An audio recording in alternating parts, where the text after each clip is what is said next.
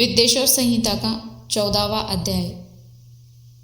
अग्नि यज्ञ, देव यज्ञ और ब्रह्म यज्ञ का वर्णन। ऋषियों ने कहा, प्रभु, अग्नि यज्ञ, देव यज्ञ और ब्रह्म यज्ञ का वर्णन करें, हमें कृतार्थ करें। सूत जी बोले, महर्षियों, गृहस्थ पुरुषों के लिए प्रातः और सायंकाल अग्नि में 2 चावल और द्रव्य की आहुति ही अग्नि यज्ञ है। ब्रह्मचारियों के लिए समिधा का दान देना ही अग्नि यज्ञ है, अर्थात अग्नि में सामग्री की आहुति देना उनके लिए अग्नि यज्ञ है। द्विजों का जब तक विवाह न हो जाए उनके लिए अग्नि में समिधा की आहुति, व्रत तथा जाप करना ही अग्नि यज्ञ है। द्विजो, जिसने अग्नि को विसर्जित कर उसे अपनी आत्मा में स्थापित कर लिया है, ऐसे वानप्रस्थियों और सन्यासियों के लिए यही अग्नि यज्ञ है कि वे समय पर हितकर और पवित्र अन्न का भोजन कर ले। ब्राह्मणों, सायंकाल अग्नि के लिए दी आहुति से संपत्ति की प्राप्ति होती है तथा प्रातःकाल सूर्यदेव को दी आहुति से आयु की वृद्धि होती है। दिन में अग्निदेव सूर्य में हो प्रविष्ट जाते हैं, अतः प्रातःकाल सूर्य को दी आहुति अग्नि यज्ञ के समान ही होती है। इंद्र आदि समस्त देवताओं को प्राप्त करने के उद्देश्य से जो आहुति अग्नि में दी जाती है वह देवयज्ञ कहलाती है। लौकिक अग्नि में प्रतिष्ठित जो संस्कार निमित्तिक हवन कर्म है वह देवयज्ञ है। देवताओं को प्रसन्न करने के लिए नियम से विधि पूर्वक किया गया यज्ञ ही देवयज्ञ है। वेदों के नित्य अध्ययन और स्वाध्याय को ब्रह्म यज्ञ कहते हैं। मनुष्य को देवताओं की तृप्ति के लिए प्रतिदिन ब्रह्म यज्ञ करना चाहिए। प्रातःकाल और सायंकाल को ही इसे किया जा सकता है। अग्नि के बिना देवयज्ञ कैसे होता है, इसे श्रद्धा और आदर से सुनो। सृष्टि के आरंभ में सर्वज्ञ और सर्वसमर्थ महादेव शिवजी ने समस्त लोकों के उपकार के लिए वारों की कल्पना की।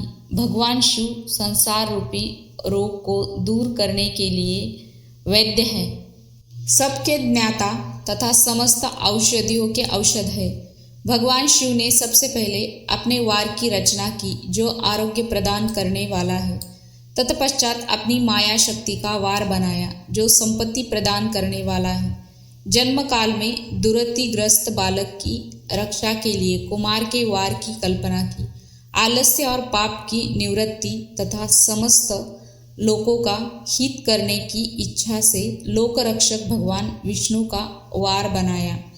इसके बाद शिवजी ने पुष्टि और रक्षा के लिए आयु करता त्रिलोक सृष्टा परमेष्टि ब्रह्मा का आयुष्कारक वार बनाया। तीनों लोकों की वृद्धि के लिए पहले पुण्य पाप की रचना होने पर लोगों को शुभाशुभ फल देने वाले इंद्र और यम के वारों का निर्माण किया। ये वार भोग देने वाले तथा मृत्यु भय को दूर करने वाले हैं। इसके उपरांत भगवान शिव ने 7 ग्रहों को इन वारों का स्वामी निश्चित किया। ये सभी ग्रह नक्षत्र ज्योतिर्मय मंडल में प्रतिष्ठित है। शिव के वार के स्वामी सूर्य है। शक्ति संबंधी वार के स्वामी सोम, कुमार संबंधी वार के अधिपति मंगल, विष्णु वार के स्वामी बुध, ब्रह्मा जी के वार के स्वामी बृहस्पति, इंद्र वार के स्वामी शुक्र व यमवार के स्वामी शनि है। अपने अपने वार में की गई देवताओं की पूजा उनके फलों को देने वाली है। सूर्य आरोग्य और चंद्रमा संपत्ति के दाता है। बुध व्याधियों के निवारक तथा बुद्धि प्रदाता है। बृहस्पति आयु की वृद्धि करते हैं। शुक्र भोग देते हैं और शनि मृत्यु का निवारण करते हैं। इन 7 वारों के फल उनके देवताओं के पूजन से प्राप्त होते हैं। अन्य देवताओं की पूजा का फल भी भगवान शिव ही देते हैं। देवताओं की प्रसन्नता के लिए पूजा की 5 पद्धतियां हैं। पहले उन देवताओं के मंत्रों का जाप, दूसरा होम, तीसरा दान, चौथा तप तथा पांचवा वेदी पर प्रतिमा में अग्नि अथवा ब्राह्मण के शरीर में विशिष्ट देव की भावना करके 16 उपचारों से पूजा तथा आराधना करना। दोनों नेत्रों तथा मस्तक के रोग में और कुष्ठ रोग की शांति के लिए भगवान सूर्य की पूजा करके ब्राह्मणों को भोजन कराए। इससे यदि प्रबल प्रारब्ध का निर्माण हो जाए तो जरा एवं रोगों का नाश हो जाता है। इष्ट देव के नाम मंत्रों का जाप वार के अनुसार फल देते हैं। रविवार को सूर्य देव व अन्य देवताओं के लिए तथा अन्य ब्राह्मणों के लिए विशिष्ट वस्तु अर्पित करें। यह साधन विशिष्ट फल देने वाला होता है तथा इसके द्वारा पापों की शांति होती है। सोमवार को संपत्ति व लक्ष्मी की प्राप्ति के लिए लक्ष्मी की पूजा करें तथा पत्नी के साथ ब्राह्मणों को घी में पका अन्न भोजन कराए। मंगलवार को रोगों की शांति के लिए काली की पूजा करें। उड़द, मूंग एवं अरहर की दाल से युक्त अन्न का भोजन ब्राह्मणों को कराए। बुधवार को दधित युक्त अन्न से भगवान विष्णु का पूजन करें। ऐसा करने से पुत्र मित्र की प्राप्ति होती है जो दीर्घायु होने की इच्छा रखते हैं। वे बृहस्पतिवार को देवताओं का वस्त्र यज्ञोपवीत तथा घी मिश्रित खीर से पूजन करें। भोगों की प्राप्ति के लिए शुक्रवार को एकाग्र चित्त होकर देवताओं का पूजन करें और ब्राह्मणों की तृप्ति के लिए षंड रस युक्त अन्न दे। स्त्रियों की प्रसन्नता के लिए सुंदर वस्त्र का विधान करें। शनिवार अपमृत्यु का निवारण करने वाला है। इस दिन रुद्र की पूजा करें। तिल के होम व दान से देवताओं को संतुष्ट करके ब्राह्मणों को तिल मिश्रित भोजन कराए। इस तरह से देवताओं की पूजा करने से आरोग्य एवं उत्तम फल की प्राप्ति होगी।